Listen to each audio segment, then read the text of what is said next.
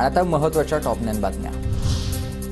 1 जानेवारीपासून राष्ट्रीय महामार्गावर दुचाकीवरील चालक आणि सहप्रवाशाला हेल्मेट वापरणं बंधनकारक असेल। दुचाकी अपघातामधील मृत्यूंचं वाढतं प्रमाण रोखण्यासाठी प्रशासनाचा निर्णय।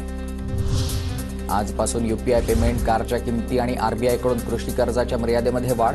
ईपीएफओ मधून पीएफ काढण्याची प्रक्रिया सुलभ होणार आहे। गो ग्रीन सेवेचा पर्याय निवडल्यास वीज ग्राहकांना सवलत। पहिल्या महिन्याच्या वीज बिलमध्ये 120 रुपयांची सूट मिळणार आहे। नववर्षापासून महावितरणचा निर्णय। तेलाचे दर वधारले। केंद्र सरकारनं 20% आयात शुल्क आकारल्यानं तेलाच्या दरामध्ये 30% वाढ झाली। गृहिणींचं बजेट कोलमडलंय।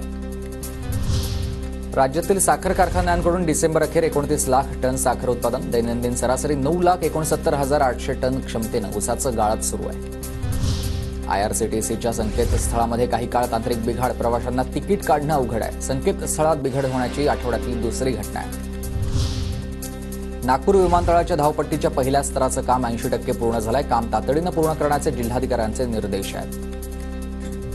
अनुकंपा यादीमध्ये पहिल्या वारसदाराची निश्चित 45 वयोमर्यादा ओलांडल्यास आता दुसऱ्या वारसदाराचं नाव देता येणार आहे आणि नागपूर खंडपीठाचा महत्त्वाचा हा निर्णय। राज्य सामायिक प्रवेश परीक्षा कक्षामार्फत आता सीईटी सेलच्या संकेतस्थळावर नवे बदल। प्रवेश प्रक्रियेमध्ये विद्यार्थ्यांचा उडणारा गोंधळ नव्या वर्षात कमी होईल।